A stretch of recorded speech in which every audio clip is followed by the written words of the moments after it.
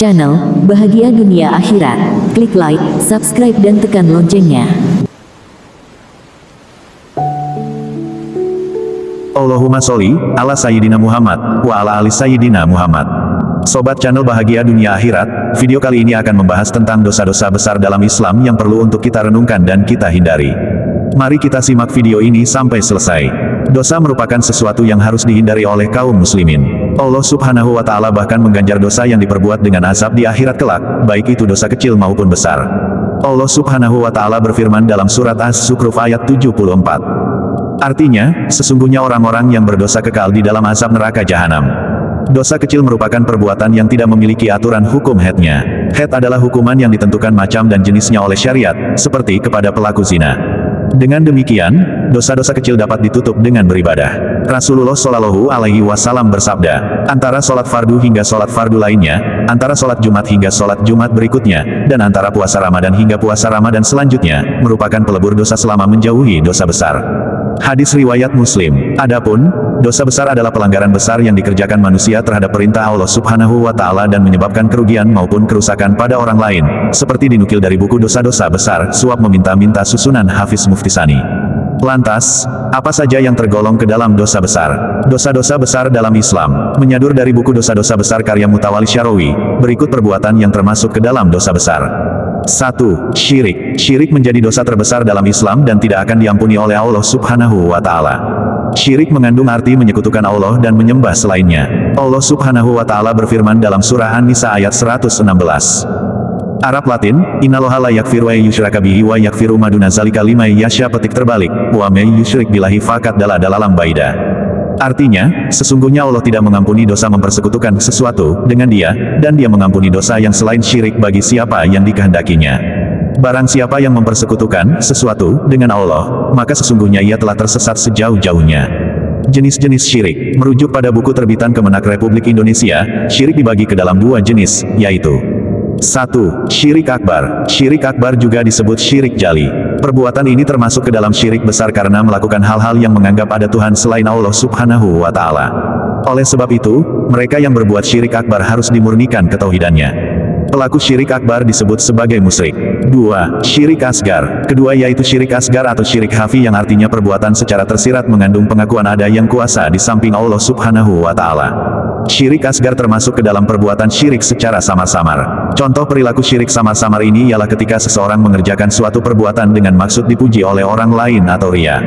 Cara menghindari perbuatan syirik. Ada sejumlah cara yang bisa dilakukan oleh kaum muslimin untuk menghindari perbuatan syirik. Apa saja? Berikut bahasannya. Berusaha melatih diri untuk ingat bahwa syirik adalah dosa paling besar di antara dosa-dosa yang ada dan tidak akan terampuni oleh Allah. Mengingat Allah dimanapun berada. Hal ini akan membuat hati tenang dan selalu berada dalam suasana kontak batin dengan Tuhan Yang Maha Esa. Selalu menegakkan sholat. Melakukan sholat dengan benar akan menghindari seseorang dari perbuatan keji dan munkar. Berusaha meningkatkan ketakwaan kepada Allah, dengan begitu maka selalu ada jalan keluar atas segala masalah yang dihadapi dalam kehidupan. 2. Durhaka kepada orang tua. Perbuatan lainnya yang tergolong ke dalam dosa besar ialah durhaka kepada kedua orang tua.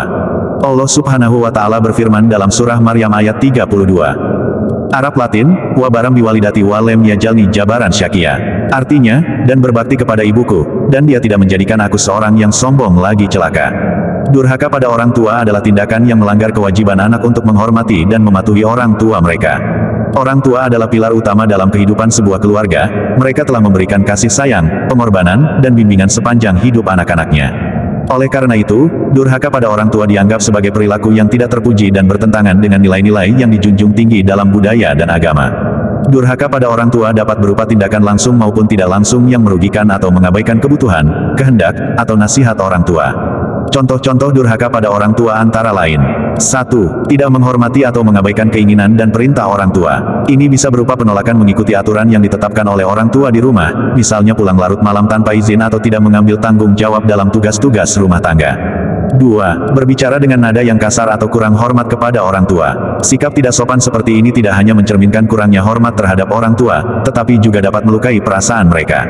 3. Mengambil keputusan besar tanpa pertimbangan atau persetujuan orang tua. Ketika seseorang dewasa, penting untuk melibatkan orang tua dalam pengambilan keputusan yang besar seperti menikah, pindah rumah, atau memilih karir. Mengabaikan saran atau pendapat orang tua dapat memicu konflik dan tidak menghargai pengalaman dan kebijaksanaan yang mereka miliki. 4. Tidak merawat atau tidak memberikan dukungan kepada orang tua yang membutuhkan. Ketika orang tua memasuki tahap lanjut usia atau mengalami masalah kesehatan, anak-anak memiliki kewajiban moral dan tanggung jawab untuk merawat mereka dan memberikan dukungan emosional serta finansial. 5. Mengabaikan hubungan dengan orang tua atau memutuskan komunikasi sepenuhnya. Ini adalah bentuk durhaka yang paling parah, di mana seseorang tidak lagi memiliki komunikasi atau hubungan dengan orang tua mereka tanpa alasan yang jelas. Durhaka pada orang tua memiliki konsekuensi yang serius, baik dalam kehidupan dunia maupun akhirat. Dalam kehidupan dunia, tindakan durhaka dapat merusak hubungan keluarga dan menyebabkan konflik yang berkepanjangan. Selain itu, durhaka pada orang tua juga dapat memberikan rasa bersalah yang berkepanjangan dan merusak kesejahteraan emosional seseorang. Di sisi agama, durhaka pada orang tua dianggap sebagai dosa besar. Dalam banyak agama, termasuk Islam, durhaka pada orang tua dianggap sebagai penyimpangan dari perintah Allah dan mengganggu keseimbangan masyarakat. Allah dalam Al-Quran secara tegas memerintahkan kita untuk berlaku baik terhadap orang tua dan menghormati mereka. Dalam kesimpulannya, durhaka pada orang tua adalah tindakan yang melanggar nilai-nilai masyarakat dan nilai-nilai keagamaan. Kehormatan, penghargaan, dan cinta yang kita berikan kepada orang tua haruslah menjadi landasan dalam hubungan kita dengan mereka. Kita perlu menghargai peran dan kontribusi yang mereka berikan dalam kehidupan kita, serta berusaha untuk menciptakan ikatan keluarga yang kuat dan harmonis. 3. Zina. Zina juga termasuk ke dalam dosa besar dalam Islam. Bahkan dalam sejumlah ayat maupun hadits, berulang kali dijelaskan terkait ancaman bagi pelaku zina. Dalam surat Al-Isra ayat 32, Allah SWT berfirman, artinya, dan janganlah kamu mendekati zina, sesungguhnya zina adalah suatu perbuatan yang keji. Dan suatu jalan yang buruk. Selain itu, dalam sabda Rasulullah Shallallahu Alaihi Wasallam disebutkan juga terkait ancaman bagi pelaku zina. Ambillah dari diriku, sesungguhnya Allah telah memberi jalan keluar hukuman untuk mereka pezina. Jejaka dan perawan yang berzina hukumannya dera 100 kali dan pengasingan selama 1 tahun. Sedangkan duda dan janda hukumannya dera 100 kali dan rajam. Hadis riwayat Muslim. Zina dalam ajaran Islam adalah tindakan seksual di luar pernikahan yang dianggap sebagai dosa besar.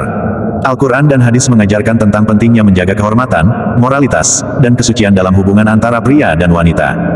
Zina termasuk dalam perbuatan maksiat yang diharamkan dalam Islam. Terdapat beberapa bentuk zina dalam ajaran Islam, antara lain. 1. Zina masmumah, zina yang dilakukan oleh orang yang belum menikah, bujang, dan tidak ada ikatan pernikahan di antara mereka. Hal ini dilarang secara tegas dalam agama Islam. 2. Zina muhsan, zina yang dilakukan oleh orang yang telah menikah, suami atau istri, di luar hubungan pernikahan. Ini termasuk perzinahan yang mempengaruhi kestabilan dan keutuhan keluarga. Zina dihukum berat dalam Islam, baik di dunia maupun di akhirat. Di dunia, hukuman bagi mereka yang terbukti melakukan zina dapat berbeda-beda tergantung pada hukum yang berlaku di negara tersebut. Dalam beberapa negara yang menerapkan syariat Islam, hukuman bagi pelaku zina bisa berupa cambuk atau bahkan hukuman mati. Namun, dalam Islam, Allah Maha Pengampun dan memberi kesempatan bagi orang-orang yang melakukan dosa untuk bertaubat. Taubat yang benar dan tulus hati harus diiringi dengan penyesalan yang mendalam, berhenti melakukan perbuatan zina, dan bertekad untuk berubah ke arah yang lebih baik. Allah Subhanahu wa Ta'ala mencintai hambanya yang bertaubat dan memohon pengampunannya. Dalam Islam, pernikahan dianggap sebagai solusi terbaik untuk menyatukan pria dan wanita secara legal dan sah. Pernikahan memberikan kerangka yang kuat untuk menggapai saling pengertian, kebahagiaan, dan kepuasan seksual secara halal. Oleh karena itu, menjaga kehormatan dan menjalani pernikahan yang baik sangat dianjurkan dalam Islam. Penting untuk diingat bahwa Islam adalah agama kasih sayang dan pengampunan. Meskipun Allah mengharamkan zina dalam ajarannya, Dia juga memberikan kesempatan kepada setiap hambanya untuk bertaubat dan memperbaiki diri. 4. Meninggalkan sholat. Selanjutnya ialah meninggalkan sholat. Sebagai tiang agama, tentu sholat menjadi amalan yang paling pertama dihisab di akhirat kelak. Karenanya, lalai dalam sholat termasuk ke dalam dosa besar. Allah SWT berfirman dalam surah Al-Mudatsir ayat 42-43. Artinya, apakah yang memasukkan kamu ke dalam sakar neraka? Mereka menjawab, kami dahulu tidak termasuk orang-orang yang mengerjakan sholat. Meninggalkan sholat merupakan tindakan serius yang memiliki konsekuensi yang berpotensi berbahaya dalam kehidupan seorang muslim. Sholat merupakan salah satu rukun Islam yang wajib dilakukan oleh setiap muslim.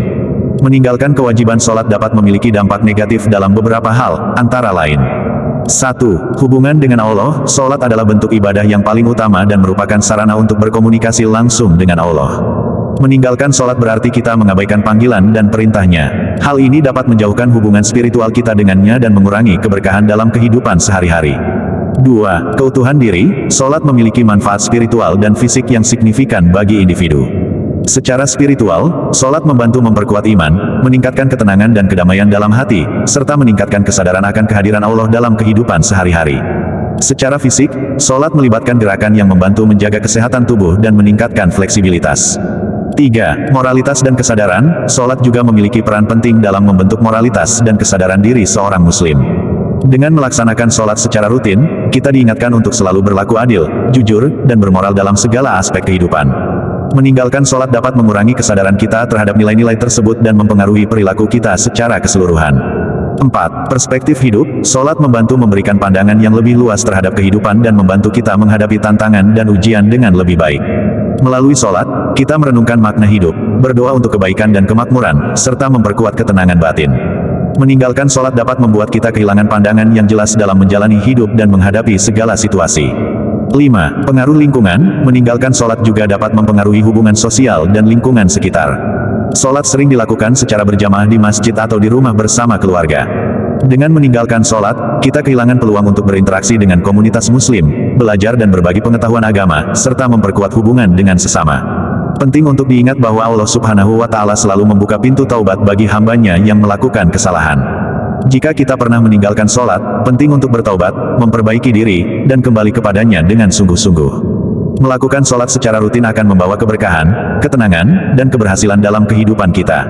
5. Meminum minuman keras. Mengonsumsi minuman keras atau khamr tergolong sebagai dosa besar. Dalam surat Al-Baqarah ayat 219 dikatakan dosa minum khamr sama halnya dengan berjudi. Artinya, mereka bertanya kepadamu, Muhammad, tentang khamr dan judi. Katakanlah, pada keduanya terdapat dosa yang besar dan beberapa manfaat bagi manusia, tetapi dosa keduanya lebih besar dari manfaatnya, dan mereka bertanya kepadamu apa yang mereka nafkahkan. Katakanlah, yang lebih dari keperluan, demikianlah Allah menerangkan ayat-ayatnya kepadamu supaya kamu berpikir. Dalam Islam, minuman keras khamr dianggap sebagai dosa besar dan diharamkan. Al-Quran secara tegas melarang konsumsi minuman keras dalam beberapa ayat, seperti surah Al-Baqarah 2:219 dan surah Al-Maidah 5:90-91. Ada beberapa alasan yang menjelaskan mengapa minuman keras diharamkan dalam Islam. 1. Memabukkan dan membuat hilang akal sehat. Minuman keras mengandung zat-zat yang dapat memabukkan dan merusak kemampuan akal sehat seseorang. Hal ini dapat mengganggu kesadaran dan mempengaruhi daya pikir serta pengambilan keputusan yang baik. 2. Potensi merusak diri sendiri dan orang lain. Konsumsi minuman keras dapat merusak tubuh dan kesehatan seseorang dalam jangka panjang. Selain itu, efek memabukkan yang dimiliki minuman keras dapat menyebabkan kehilangan kendali dan bertindak secara impulsif, yang berpotensi membahayakan diri sendiri dan orang lain, termasuk dalam berkendara atau berperilaku agresif. 3. Menghalangi ketaatan dan ibadah. Minuman keras dapat mengganggu ibadah dan ketaatan terhadap Allah. Islam mendorong setiap muslim untuk memelihara kondisi fisik dan mental yang optimal untuk menunaikan kewajiban agama. Konsumsi minuman keras jelas bertentangan dengan hal ini dan dapat menghalangi seseorang dalam menjalankan perintah Allah dengan baik. 4. Membahayakan hubungan sosial. Konsumsi minuman keras juga dapat merusak hubungan sosial dengan keluarga, teman, dan masyarakat secara luas. Ketika seseorang menjadi mabuk, perilaku yang tidak terkendali dan berpotensi merugikan orang lain dapat muncul. Ini dapat menyebabkan konflik, keretakan hubungan, bahkan kekerasan domestik. Berdasarkan larangan tersebut, minuman keras secara tegas diharamkan dalam Islam. Sebagai gantinya, Islam mendorong umatnya untuk memilih minuman yang sehat, bermanfaat, dan tidak merusak kesehatan tubuh maupun pikiran. Menghindari minuman keras adalah salah satu langkah penting dalam menjaga keselamatan, kesehatan, dan integritas spiritual dalam ajaran Islam. Dosa besar yang dapat membinasakan manusia. Pada sebuah hadits pada kitab Sahih Bukhari yang ke-55, dijelaskan mengenai 7 dosa besar yang dapat membinasakan manusia. Dari Abu Hurairah radhiyallahu anhu dia berkata, Nabi Shallallahu alaihi wasallam bersabda, tinggalkanlah 7 dosa besar yang dapat membinasakan. Para sahabat bertanya, apakah itu ya Rasulullah? Nabi Shallallahu alaihi wasallam menjawab, 1. Syirik menyekutukan Allah. 2. Berbuat sihir tenung. 3. Membunuh jiwa yang diharamkan oleh Allah kecuali dengan hak. 4. Makan harta riba. 5. Makan harta anak yatim. 6. Melarikan diri dari medan perang. 7. Dan menuduh zina wanita mukminah yang baik. Itulah sejumlah dosa besar dalam Islam yang perlu dihindari. Nauzubillah min zalik. Demikianlah penjelasan mengenai dosa-dosa besar dalam Islam yang perlu untuk kita renungkan. Semoga informasi di video ini bermanfaat dan bisa menjadi wasilah bertambah kuatnya iman dan takwa kita kepada Allah Subhanahu wa Ta'ala. Semoga kita semua dijauhkan dari dosa-dosa besar ini. Allahumma sholli ala Sayyidina Muhammad wa ala ali Sayyidina Muhammad. Terima kasih, semoga bermanfaat dan sampai jumpa di video selanjutnya.